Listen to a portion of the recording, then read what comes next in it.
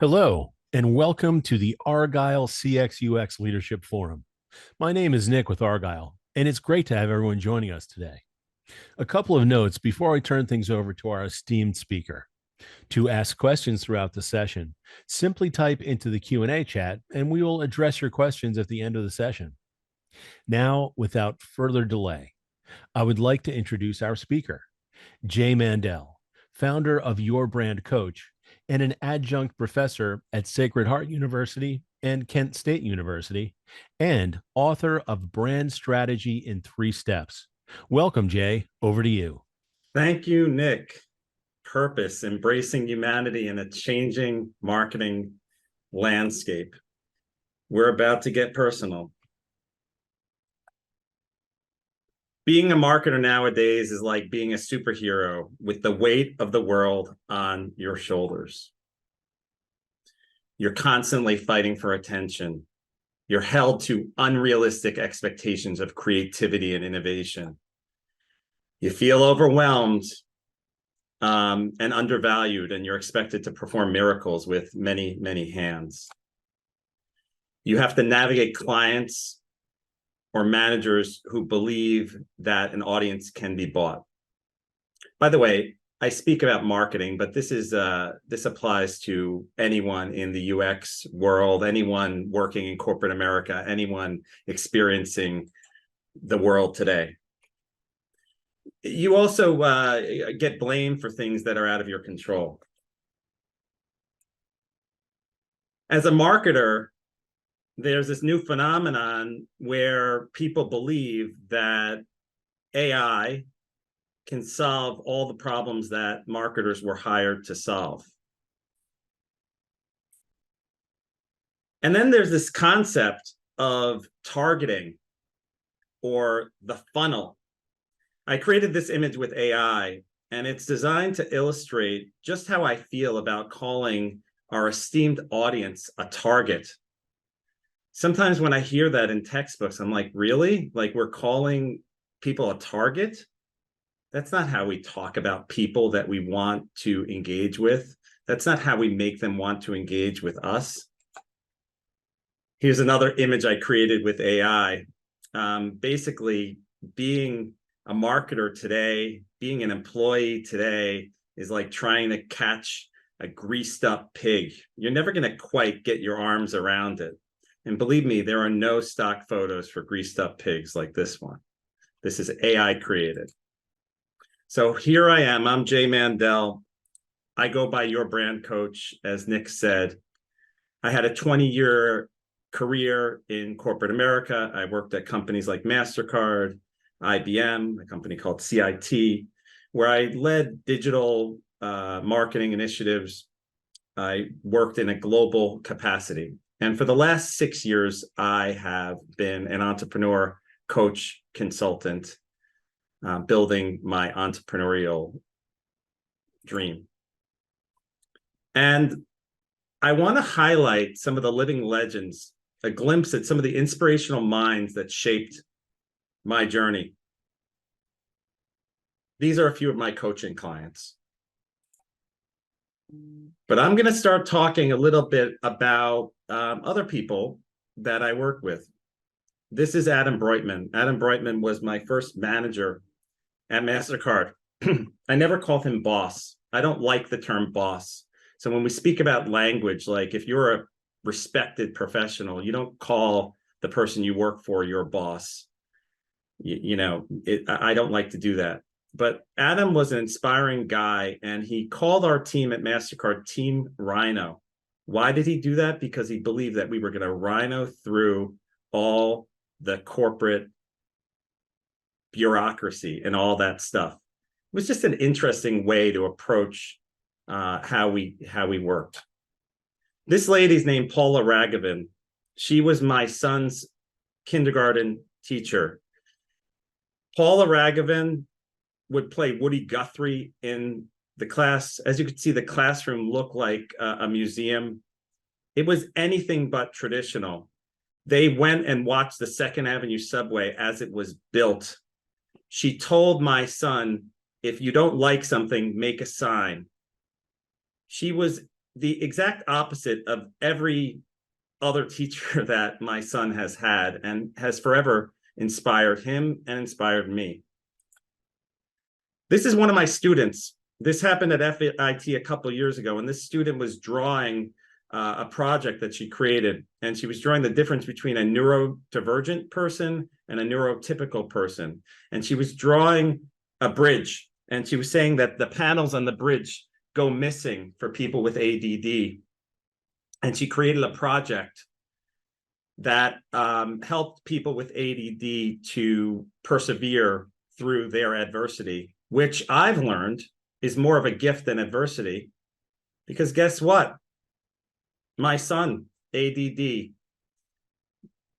my daughter, dyslexic, epilepsy, autism.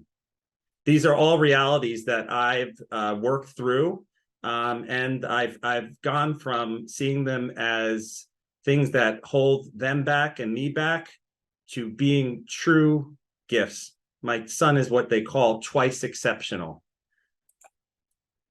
And then you have Harshit, and Harshit is my partner in India. I recently went to India. I invite you to connect with me on Instagram if you want to see some pictures, J_Mandel. And I went to visit this guy who I hired 5 years ago to write one article for me. And now he is my confidant, my partner, and my friend who embraces everything that I'm trying to do and challenges me in a way that I've never been challenged before. So I asked myself, what do these people have in common? It's passion, it's dedication, it's trust. They build trust. They're grounded in values, and they have emotional resonance with me and with other people that they need to connect with. They face challenges head on. Their beliefs are unshakable. Their bravery inspires others to fight for what's right. Their path is challenging, but they're determined. Now, I know that this presentation is a lot different than the other presentations you've seen about AI and machine learning, and about like how to automate customer service and other things like that. What I'm talking about today is, how do you show up in the world where I know that all your lives have this. It's just the sign of the times.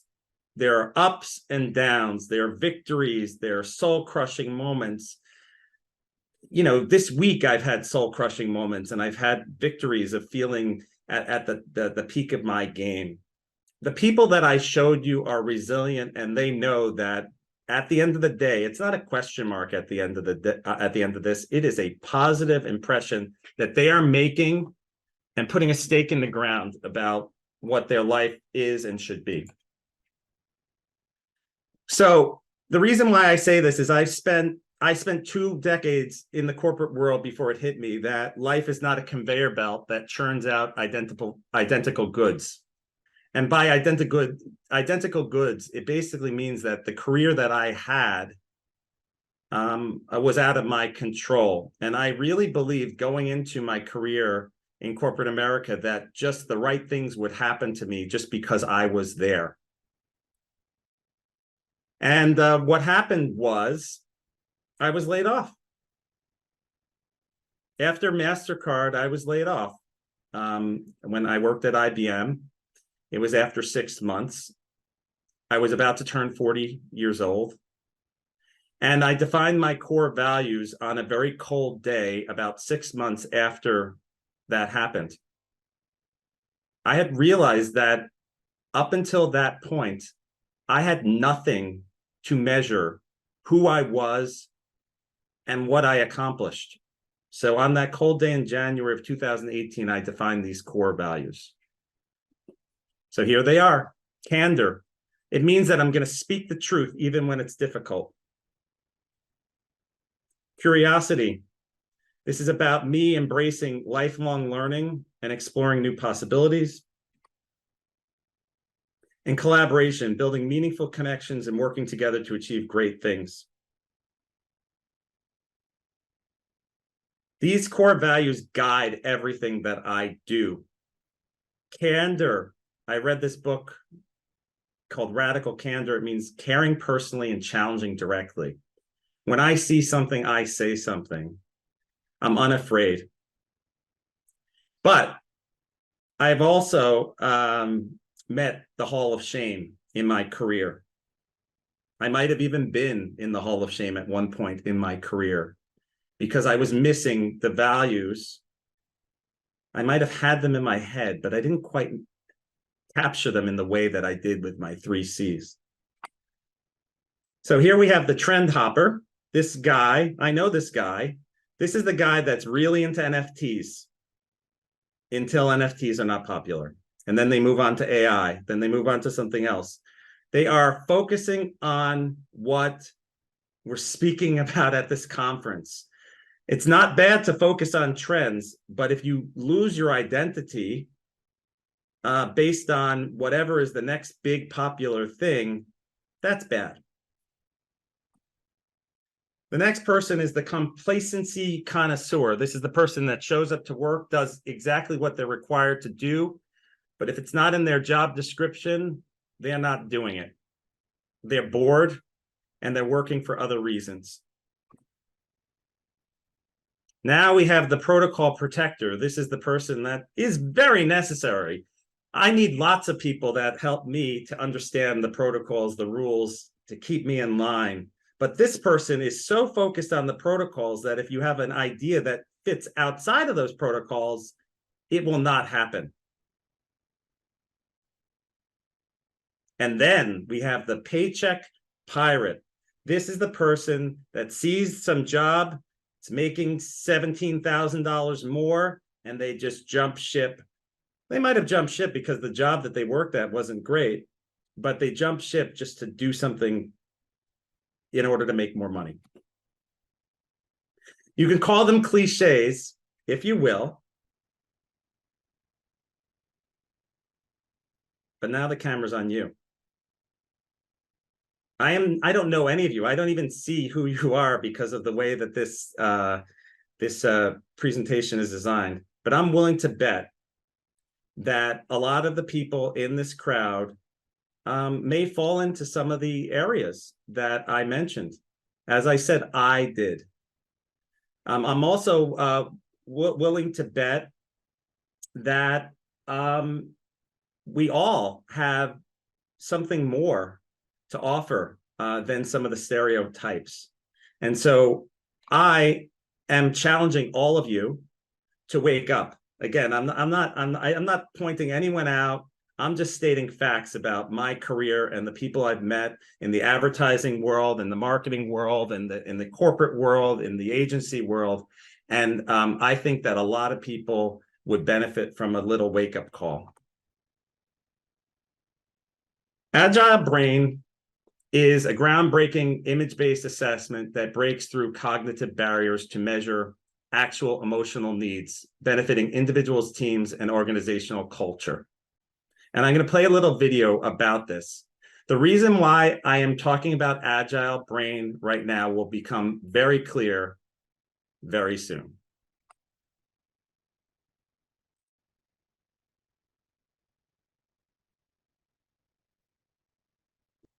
We're all on a journey, and if you're like most people, you probably want better control of where you're going and how you'll get there.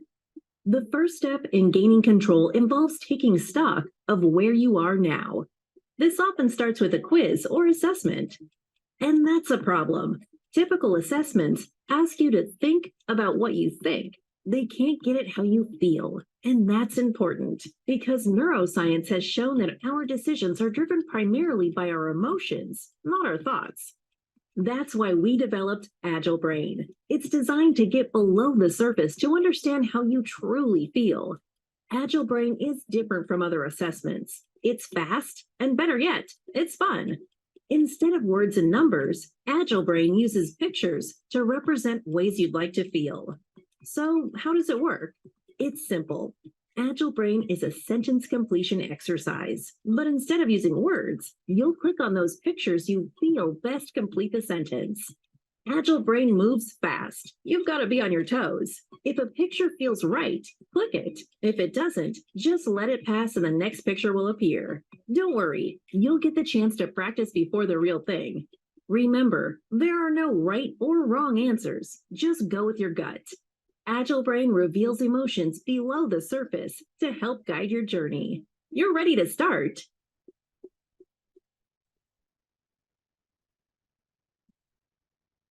You're ready to start.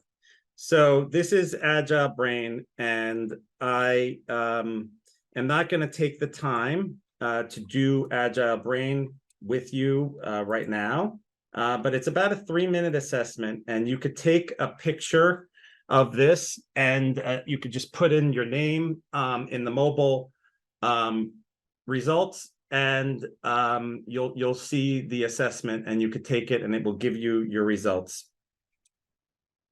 And also the link will be pasted into the chat. The future of marketing starts with you. This is my point. And when you're true to and daring enough to break the mold, the universe sends you opportunities that match your vibes and values.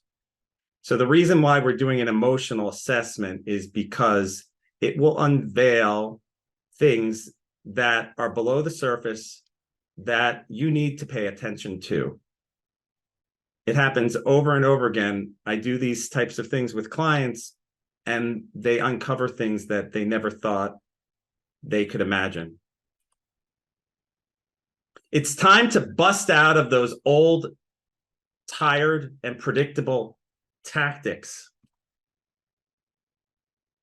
And now we have a picture of Travis Kelce and Taylor Swift. Well, why do I have a picture of Travis Kelce and Taylor Swift? Well, as a marketer, I believe that this is the most brilliant marketing that I've seen in a long time. And it doesn't use content marketing. It doesn't use SEO. It doesn't use all the things that we plan our social editorial calendars for. None of it is there. What happens is there's a match made in heaven. I don't know if they found each other or how they found each other. I don't know. I'll put out a conspiracy theory that maybe there were some people that were saying maybe these two people could be together. But all I know is when Taylor Swift goes to one of his games, at least for the first 6 of the games of the year, he won. And the other people that are winning are the NFL, because no one's talking about head injuries or any problems like that now. They're talking about all these new people that are watching the NFL and enjoying it because Taylor Swift is showing up to games. And sometimes she shows up to games and she has to be hidden in the food cart in order to get up there. And there's a halo effect of all these cool things that are happening from this relationship. This is going on in the TikTok era. This is the time where people are seeing shows unfold. We're not watching Seinfeld anymore for a half an hour on Thursday nights. This is unfolding through media, and there's no one in control of this. And it's getting results that are better than any campaign that I've ever done. It's very powerful. So basically what I'm saying is that when you're working and you're cultivating bonds and you're transforming transactions into lasting connections, all these people here are people that I work with. Well, also my girlfriend and my daughter's up there too. But like these are people that have a very meaningful part of my life that have transcended from coaching clients to friends to people that I'll root on, whether they're clients or not. And I think that that's what's missing from our world. I think a lot of companies are very impersonal and they focus on functional stuff. It saves time, it simplifies, it makes money, it reduces risk, it organizes. Well, that is boring. Everyone's doing that. When you could go up this pyramid, and this is made by McKinsey, and it's modeled after, the human needs, Maslow's hierarchy of human needs. But if we could start to get up this pyramid as marketers, as professionals, and focus more on how we help reduce anxiety, how we help reward, how we help bring nostalgia into the mix, that would be a big victory. We could even get to a place where we call ourselves life-changing. But don't do it if your product doesn't walk the walk and talk the talk. It is not life-changing to buy a widget, but it can be possible for it to be life-changing. But if you're disingenuous in your messaging, people will not believe you. And there are some products that could even lead to self-transcendence. But again, if your product is not that product, don't go there. I'd rather stick with this lower part, the emotional and functional. And the way that we do that is simple. This is called the nesting doll approach. And we talk about a brand name that has a business problem. And then we talk about a consumer that has a problem. You need to understand who your consumer, who your customer is, and what problem you solve.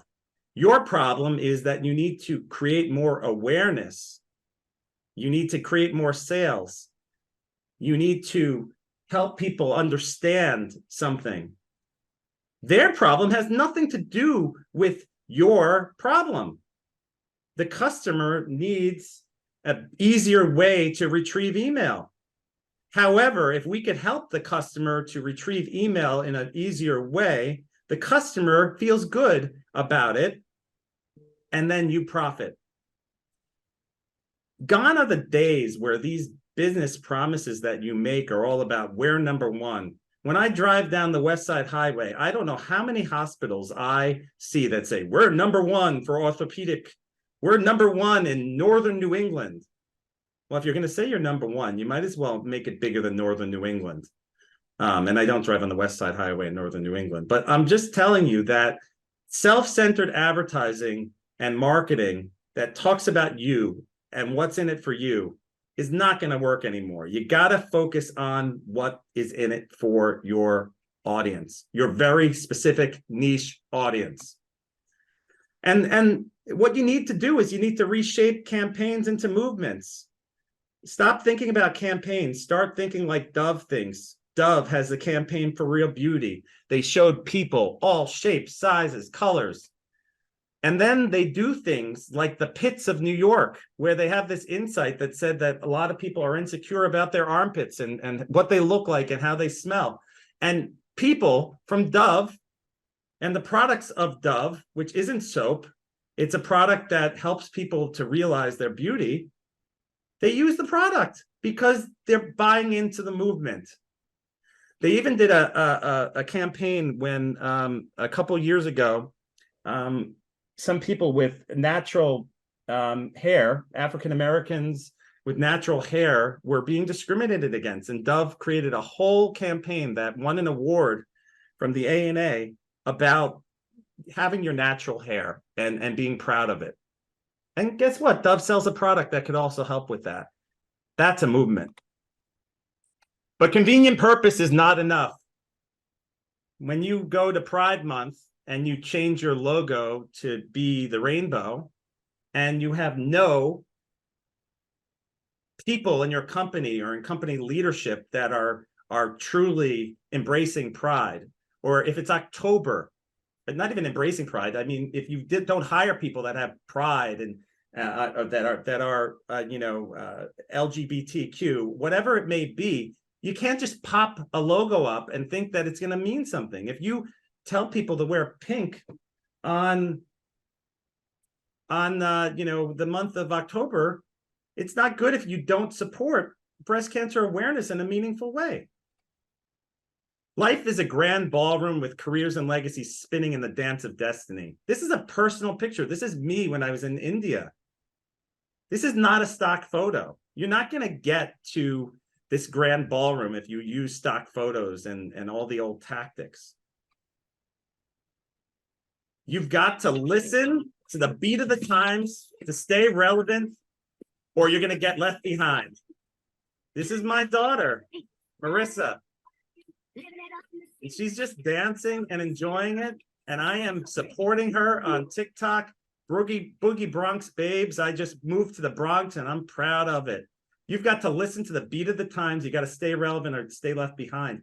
She's talking to, I'm not going to say its name because it will talk back. She's on YouTube, watching YouTube shorts. She's using FaceTime to communicate with her friends, and it's on in the background for hours on end. If this is what she's doing, and you're just sticking with marketing tactics that are outdated and not really talking to anyone, there's a disconnect. And my message is that you got to stay connected. Getting into that classroom helped me understand something that I wouldn't have understood if I was just in corporate America. So sway to the rhythm of relevance, flex those muscles, try, learn, grow, evolve.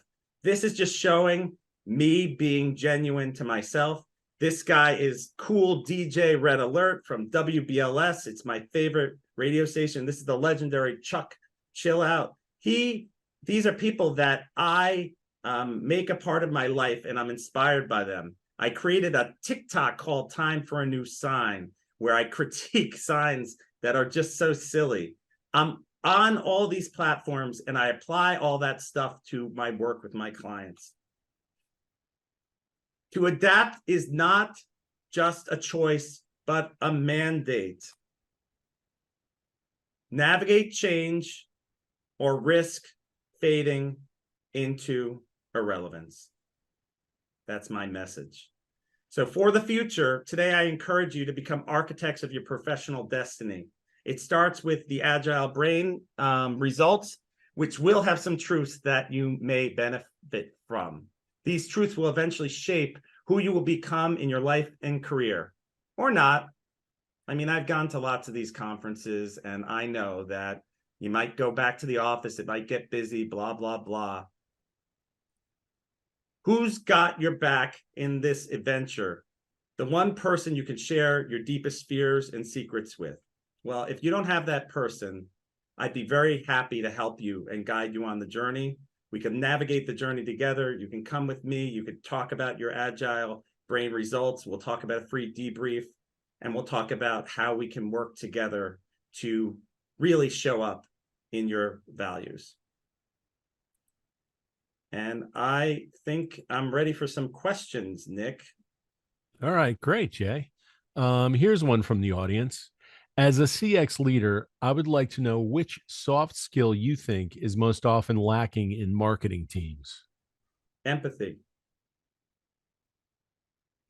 I mean, that is a soft skill. I mean, to be honest with you, I'll tell you something. Soft skills are lacking everywhere. My emphasis is soft skills, but I've talked to big organizations. I've taught it at universities, and I don't think that people in CX and in marketing are being empathetic enough about neurodivergent people. I don't think that. I just think that empathy is critical in order to understand yourself and understand other people. Great. Here's another question. It seems that your focus is on authenticity based on personal leadership improvements. Can you share which aspects of self-improvement have the greatest impact on marketing and how? Yes, I can. I think the aspects of self-improvement that have resonance with marketing are just being in touch with yourself. My book is called Brand Strategy in 3 Steps, and it's unlike any book that you will ever see in the marketing world. And the first, sorry about that, the first part of the book is all about you.